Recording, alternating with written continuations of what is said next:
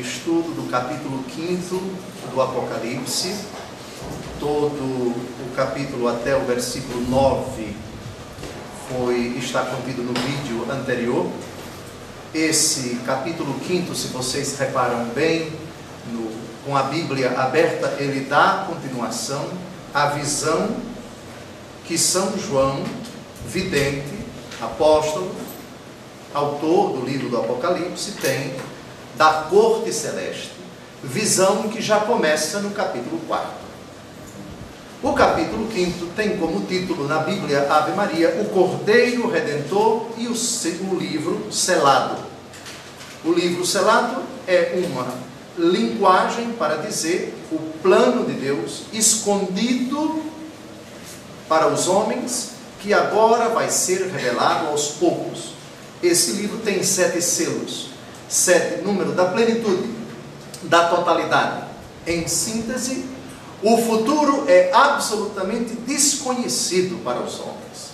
É perfeitamente inacessível para os homens. Mas Deus Todo-Poderoso quis revelá-lo, e essa revelação é paulatina. É aos poucos. E revelação de coisas, ao mesmo tempo consoladoras e espantosas. De coisas que causam serenidade, mas também espanto. Aliás, o futuro convém que ele conste dessas duas realidades. E convém também que ele não seja completamente conhecido aos nossos olhos. Já insisto aqui em repetir o que já disse ad náusea. Se nós soubéssemos de todo o futuro, ou seria desesperador, ou extremamente presunçoso para nós. Porque se soubéssemos de antemão o júbilo que nos aguarda, se já soubéssemos de antemão que iríamos para o céu, que iremos para o céu, é nosso desejo, mas Jesus diz de forma muito sóbria: quem perseverar até o fim será salvo. A salvação será concedida para quem perseverar até o fim. E ainda não chegamos até o fim. Podemos chegar talvez até o fim da aula, ou até o fim da confraternização, mas o fim da nossa vida ainda não chegou, salvo se nosso Senhor decretar que todo mundo vai partir antes da meia-noite de hoje. Continuando, sintetizando o capítulo 5, em que consiste? O apóstolo e vidente vê na mão direita de quem está sentado no trono um livro escrito por dentro e por fora, selado com 7 selos. Muito bem. Quem é digno, diz um anjo vigoroso, de abrir o livro e desatar os seus selos? Ninguém podia abrir o livro ou examiná-lo. O vidente chorava muito, porque ninguém fora achado digno de abrir o livro, de tirar os selos. Um dos anciãos que integram essa corte, dos 24 anciãos, consola o vidente: não chores. Chama Nosso Senhor de Leão da tribo de Judá. Depois, a visão se desloca para o trono, onde estão os 4 animais, no meio dos anciãos, um cordeiro de pé, como que imolado. Já vimos quem é esse cordeiro. Cordeiro que tem 7 chifres e 7 olhos. No encontro passado pedimos, insistimos, naquela palavrinha-chave que se encontra no versículo 19 e no versículo 20 do capítulo 1, simbolismo. É Jesus Cristo, 7 chifres, símbolo de toda a força, 7 olhos. O próprio versículo explica que quem são esses 7 olhos. São os 7 Espíritos de Deus enviados por toda a terra. Já sabemos que esses 7 Espíritos de Deus evocam o Espírito Santo dos 7 dons, imagem que já apareceu, aliás, em capítulos idos que já estudamos. Depois, os 4 animais, os 24 anciãos, se prostram diante do cordeiro, tendo cada um uma cítara e taças de ouro cheias de perfume, que são as orações dos santos. Esse versículo é muito caro para a Igreja Católica, Apostólica, Romana, no diálogo, não discussão, com aqueles que dizem que os santos não têm nenhum valor, que o que eles fazem no céu não é rezar por nós, e que muito menos a oração deles tem alguma valia para nós? Creio na comunhão dos santos é um dos artigos do credo, curiosamente recitado por todos os protestantes. Todos os protestantes recitam o credo que nós recitamos, que é o credo que foi redigido na época em que ainda não tinha havido essa cisão, essa divisão da igreja. As orações dos santos. E esses santos, toda a igreja de Deus, cantam um cântico novo. E foi nesse versículo 9 que nós encerramos o encontro anterior. Tu és digno de receber o livro. É um cântico dirigido a Jesus, o Cordeiro imolado, de abrir-lhe os selos, ou seja, de revelar os segredos contidos na vontade de Deus abscôndita para nós, porque foste imolado, isto é, sacrificado, tu foste morto e resgataste para Deus. O verbo resgatar é redimir. Resgatador e redentor são sinônimos.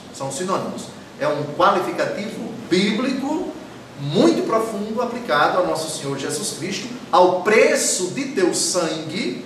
São Paulo diz na 1 Coríntios capítulo 11, fostes comprado por um alto preço, homens de toda a tribo, língua, povo e raça. Deles fizeste para nosso Deus. Aí chegamos ao versículo 10, com o qual vamos começar o nosso encontro. Continuando o cântico entoado pela igreja triunfante, e deles fizeste para nosso Deus um reino de sacerdotes que reinam sobre a terra. A imagem reino de sacerdotes, ou reino e sacerdotes, já apareceu no Apocalipse.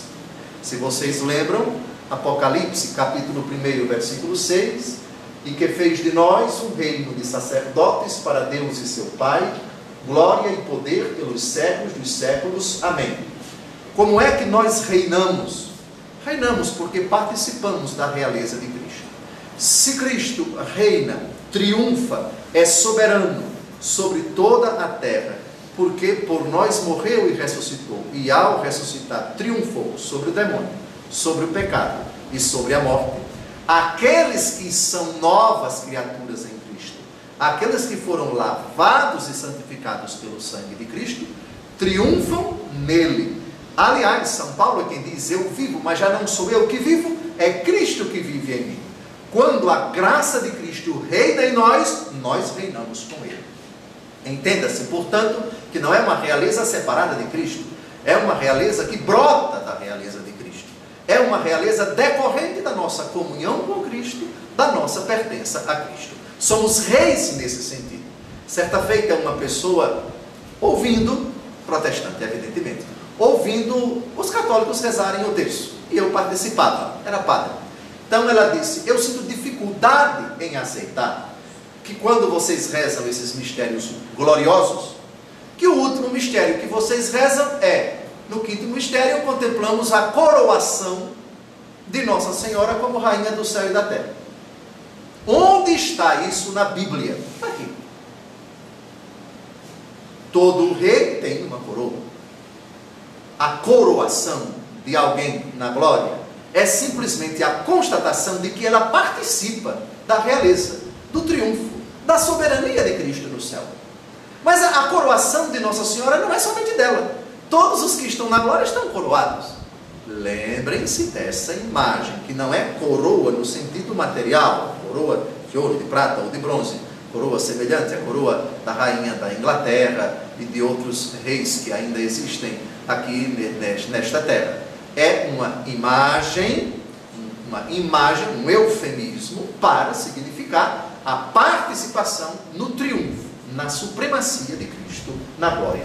Tem, portanto, abundantes textos do Novo Testamento acerca dessa realeza, que, aliás, não é nem uma imagem primariamente neotestamentária do Novo Testamento, é do Antigo Testamento. Êxodo, capítulo 19, versículo 6, vejam só como Javé chama Israel. Mas vós me sereis um reino de sacerdotes e uma nação consagrada. Tais são as palavras que dirás aos israelitas. Essa imagem foi retomada pelo profeta Isaías no capítulo 61, versículo 5, a vós chamar-vos-ão sacerdotes do Senhor, de ministros de nosso Deus, sereis qualificados. Vós vos alimentareis com as riquezas das nações e brilhareis com a sua opulência. Então, esse canto novo tem muitas reminiscências do Antigo Testamento. A igreja na glória, por assim dizer, repete algo que não é novidade para São João, nem para Jesus. É uma novidade antiquíssima, que remonta ao livro do Êxodo. Detalhe, o livro do Êxodo, ele trata de acontecimentos do ano 1200 antes de Cristo. Imaginem como essa imagem, reino de sacerdotes, realeza de sacerdotes, é antiga. Muito bem, reinarão sobre a terra. Eu me recordo que no final do vídeo anterior, eu disse que a expressão terra, aqui, ela precisa ser bem matizada no livro do Apocalipse, porque a glória, ela não vai consistir nesta terra, como nós a entendemos agora. Esta terra vai desaparecer. Este céu vai desaparecer. O Apocalipse fala de um novo céu e de uma nova terra. A propósito, vamos dar uma olhadinha no capítulo 21. Vi então um novo céu e uma nova terra, pois o primeiro céu e a primeira terra desapareceram e o mar já não existia. Parece que os cientistas, sobretudo os astrônomos, preveem para bilhões e bilhões de anos mais para frente que a Terra vai desaparecer. Parece que ela vai aos poucos, vai demorar. Ela vai se aproximar tanto do Sol que aqui não haverá mais condição de vida. Portanto, cientificamente, já podemos dizer que a Bíblia é verdadeira. Isso não significa dizer que o fim desta terra e deste céu vai ser exatamente quando a ciência está prevendo, daqui a bilhões ou bilhões de anos. O Senhor pode vir a qualquer momento. O fim da história da humanidade, a materialidade do fim, se vai ser com guerra nuclear, se vai ser com isso, com aquilo outro, se vai vir um asteroide, isso para nós é irrelevante. Se vai ser daqui a 10 segundos ou se vai ser a bilhões de anos, isso para nós é irrelevante. O fato é que a palavra de Deus não cai por terra. Vão desaparecer. Desaparecer. É muito mais forte do que destruir. Um prédio, quando ele é destruído, ficam os escombros. Mas desaparecer não. Não vai ficar nem o pó. Vai desaparecer. E no seu lugar surgirão um novo céu e uma nova terra. Por favor, aqui a minha pobre imaginação e a minha modesta cultura teológica se calam. Não me perguntem em que vai consistir esse novo céu e em que vai consistir essa nova terra. Aqui eu só posso, no máximo, emitir uma opinião. Nosso Senhor, quando cria para valer. Não cria para depois destruir. Isso se aplica não apenas ao homem, mas também a todas as outras criaturas. Lembrem-se que o homem foi criado no sexto dia. No sétimo, Deus descansou. Lembrem-se também que 5 dias antes, Deus vai criando as criaturas. E a cada conclusão, o texto diz, Deus viu que era bom. Sim ou não? Pergunta, como é que Deus faz algo que é bom para destruir e desaparecer? Também custa para um pobre bispo conceber um céu sem relação com as demais criaturas, as criaturas não racionais. Porém, A Bíblia se limita a dizer isso de forma extremamente sóbria: novo céu e uma nova terra. Está claro? Claro que não. Claro que não, porque a Bíblia não diz tudo. É uma imagem, sem dúvida alguma. Fiquemos com a sobriedade da palavra de Deus. Portanto, não erra, não extrapola a sua imaginação. Aquele que concebe morar com Deus, também incluindo nessa vida eterna os rios, os mares, as árvores. Lembrem-se da extrema sobriedade da palavra de Deus. A vida eterna é o que os olhos não viram, o que os ouvidos não ouviram. Isso Deus preparou para aqueles que o amam.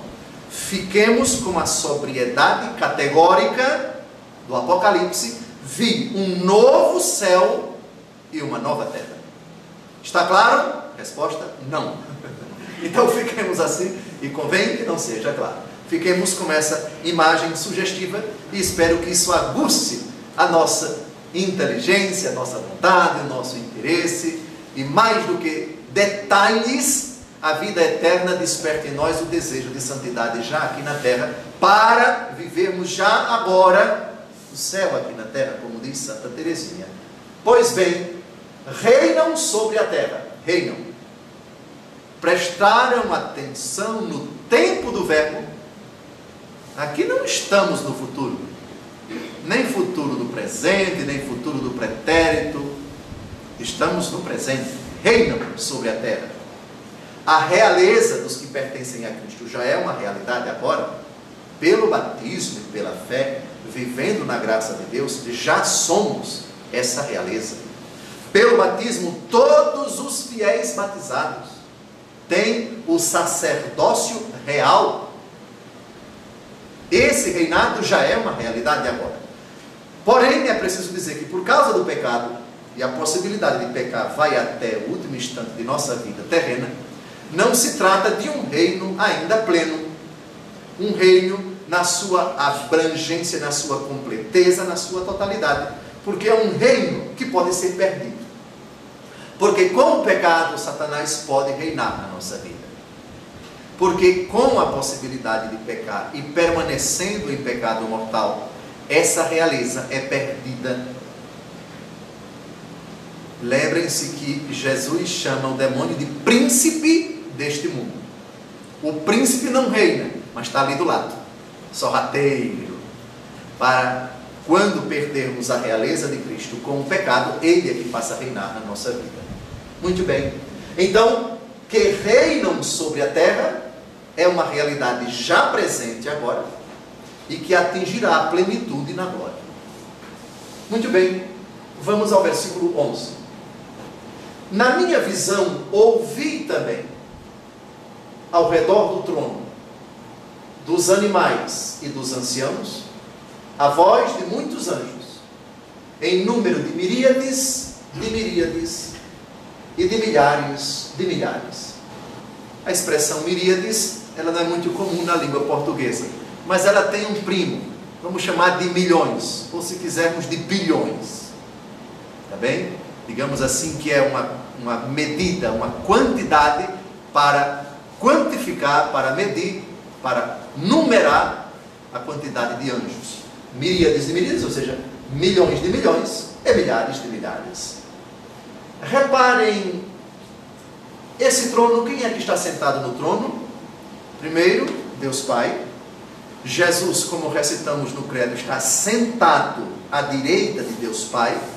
Mas temos também tronos, onde se encontram os 24 anciãos.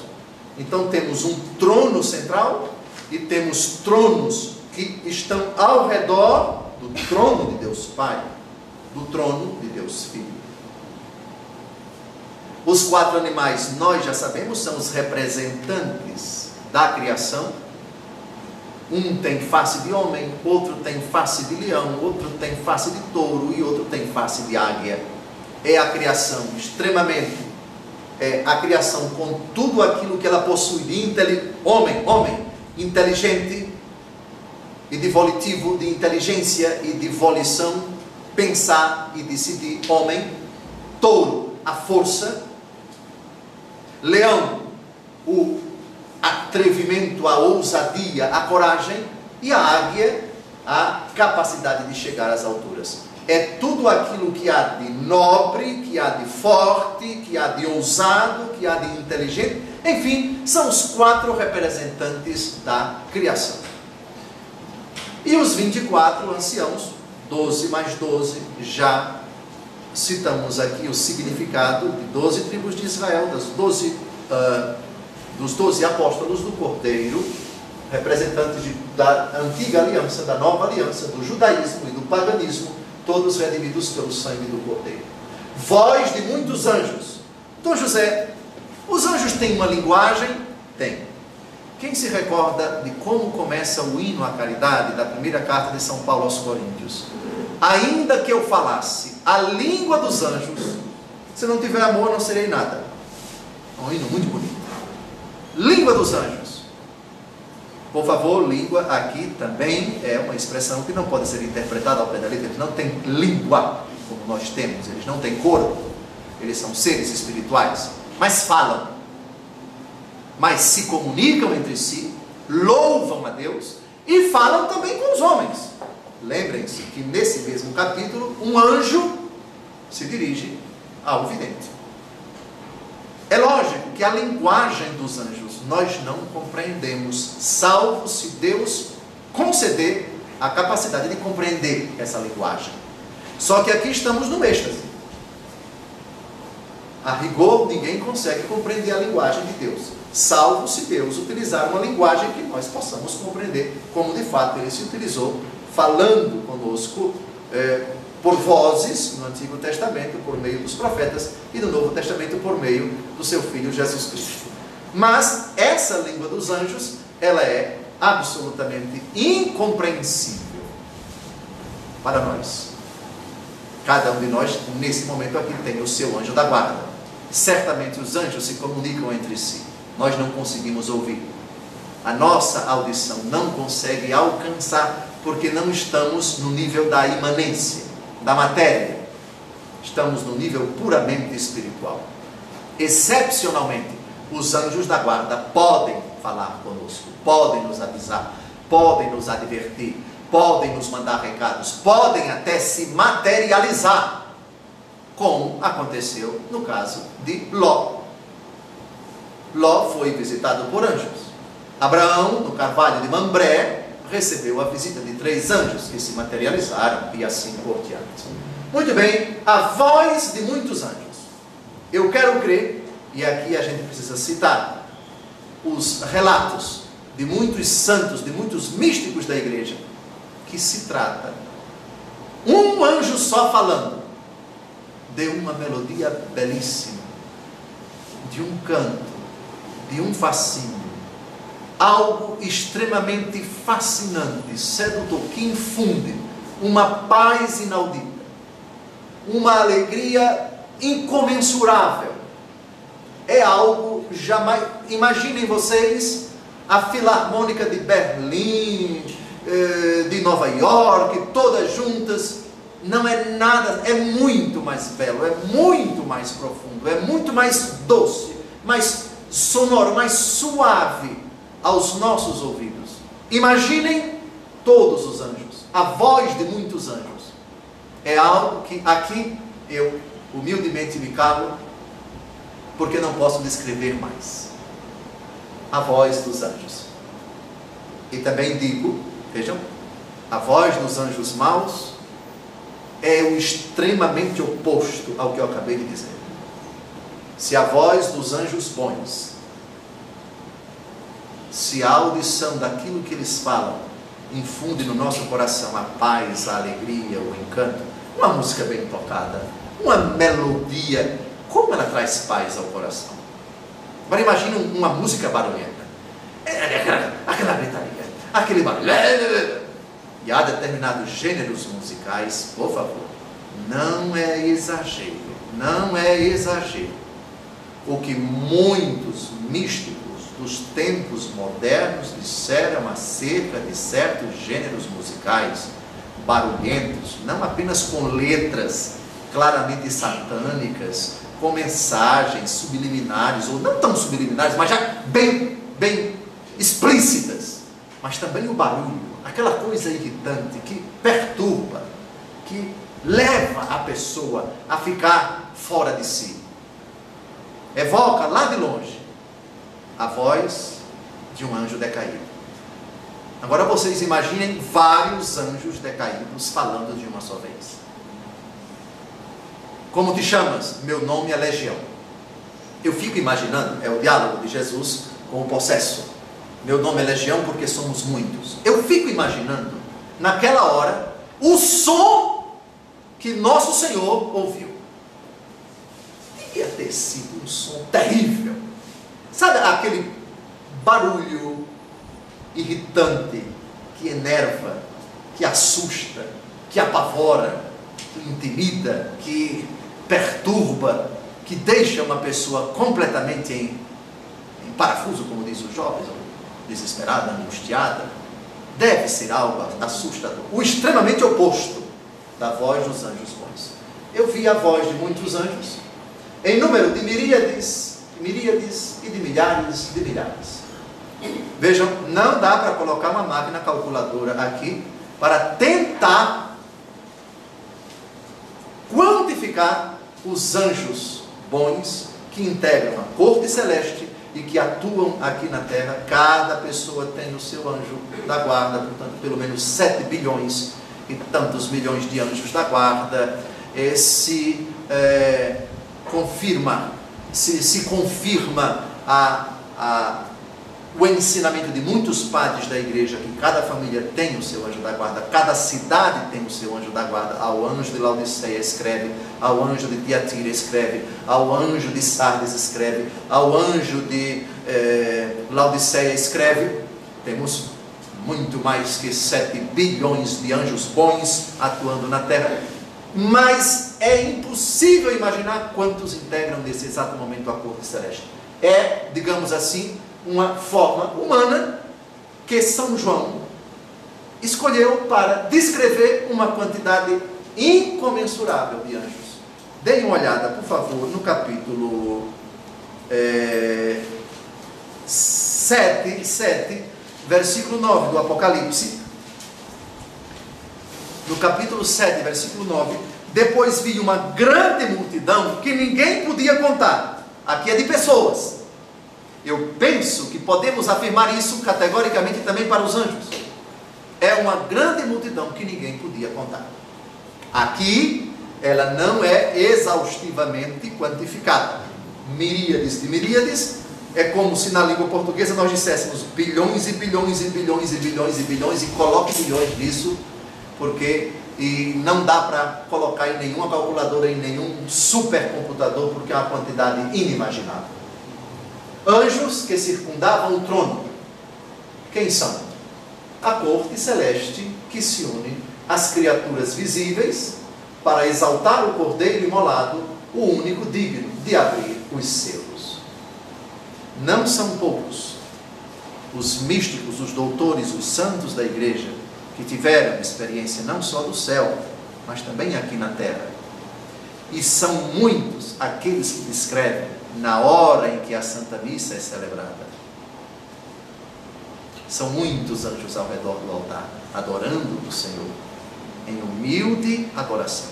Isso não é invenção, não é fanfarronice, não é imaginação dos santos doutores, dos místicos, dos santos e santas da igreja, não. Faz sentido? Faz sentido. Quem é que vem à terra? Quem é que se revela? Quem é que se torna presente no altar com as palavras da consagração debaixo das aparências do pão e do vinho? É o corpo, o sangue, a alma, a divindade de nosso Senhor Jesus Cristo. É o próprio Jesus sacramentado. Portanto, é o mínimo que se pode esperar dos anjos na hora da consagração, que de joelhos se prostrem. Por isso, aqui na paróquia de Santo Expedito, não sei quem escolheu aquele sacrário, mas foi de uma felicidade tremenda, lá na Capela do Santíssimo. 2 anjos de bronze ajoelhados diante do sacrário. No mundo espiritual, nós não enxergamos, mas na hora da missa é exatamente isso que acontece. Eu vos garanto. Eu vos garanto. Muito bem. Então temos a corte celeste que é integrada por criaturas humanas e criaturas angelicais. Apocalipse 5, versículo 12. Vamos agora. Bradando em alta voz. Detalhe. Os anjos bradando em alta voz. É alta, mas é bela. Não é gritaria, não é histeria. É o canto dos anjos, nesses termos bem sóbrios que eu acabei de falar. Em alta voz. Quando a psicologia de falar alto, a psicologia de falar alto, todos nós sabemos o que está por trás de falar alto. É o desejo de ser ouvido. É a intenção de empenhar todas as forças para que uma ou mais determinadas pessoas, ou mais determinadas pessoas, escutem. Portanto, bradam em alta voz com todas as suas forças. Em Deuteronômio 6,4 se diz: ouve, ó Israel, o Senhor nosso Deus é o único Senhor. Amarás o Senhor teu Deus com toda a tua força, com toda a tua alma, com todo o teu entendimento. Ou seja, o louvor a Deus empenha todo o meu ser. Não é somente a minha vontade, mas a minha inteligência, a força também que eu tenho para gritar, para dizer intensamente aquilo que está dentro do meu coração. É o impulso da alegria, é a necessidade que eu tenho de louvar a Deus. Em alta voz, as criaturas, anjos e homens, os 4 animais, os 24 anciãos, essa multidão que ninguém podia contar, que tratamos ainda há pouco, que vamos estudar no capítulo 7, essas criaturas proclamam com todas as suas forças. Deem uma olhada agora. O cordeiro imolado é digno de receber alguma coisa, ou algumas coisas. Deem uma olhada no número dessas coisas. Até nisso, o Apocalipse é cheio de simbolismos. Poder, 1. Riqueza, 2. Sabedoria, 3. Força, 4. Glória, 5. Honra, 6. Louvor, 7. O número da plenitude, o número da totalidade. Em síntese, para Jesus tudo. Ele é digno de receber tudo. E nesses sete, digamos assim, predicados, dos quais Jesus é merecedor de receber, convém chamá-lo assim, nós temos tudo o que Deus tem, tudo o que Deus é. O poder, onipotência. Deus tem o poder, mas não é um poder qualquer, é todo o poder. Omnia, tudo, todas. Omnium, tudo. Potentis, onipotência, todo o poder. Toda a riqueza, só Deus é rico. Toda a sabedoria, toda a força, toda a honra, toda a glória e todo o louvor. É belo esse canto. Versículo 13 agora. E todas as criaturas que estão no céu, na terra, debaixo da terra e no mar, e tudo o que contém, eu as ouvi clamar, aquele que se assenta no trono e ao cordeiro, louvor, honra, glória e poder pelos séculos dos séculos. Agora o curioso é que São João lança o seu olhar não apenas para o céu, ele está em êxtase, mas ele ouve também as criaturas que estão aqui na terra, que estão no mar e que estão debaixo da terra. Toda a criação foi feita para louvar a Deus. O Senhor é tão merecedor de honra, de glória, de poder, de majestade, de sabedoria, de soberania, de todos os predicados, que é a criação inteira. São Paulo diz: recapitular todas as coisas em Cristo. A salvação de nosso Senhor Jesus Cristo não foi apenas para os homens. O pecado manchou não somente o homem, mas toda a criação. Criação que, como diz São Paulo, geme e sofre as dores de parto, aguardando a sua redenção. O Senhor é redentor não apenas dos homens, mas também de todas as criaturas.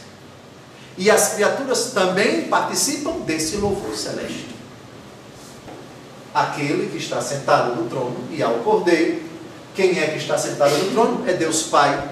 Quem é o Cordeiro? É Jesus ressuscitado. O Cordeiro imolado que está de pé. São igualmente merecedores de louvor, honra, glória e domínio. O Pai e o Filho. A citação de João 10:30 é: eu e o Pai somos um. Uma realidade só, um só Deus. O mesmo louvor que é tributado ao Pai que está sentado no trono, é o mesmo louvor tributado ao Filho que está sentado à direita do Pai.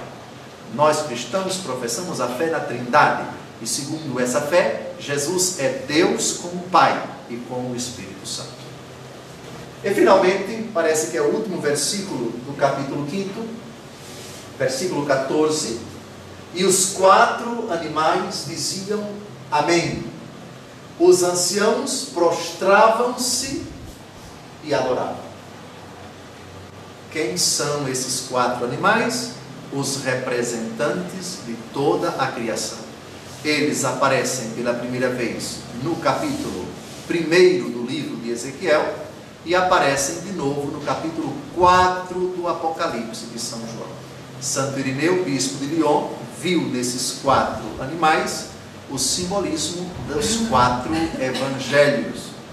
Já repetimos isso muitas vezes: Mateus, face de homem; Lucas, face de touro; Marcos, face de leão; e João, face de águia. Os representantes da criação diziam amém.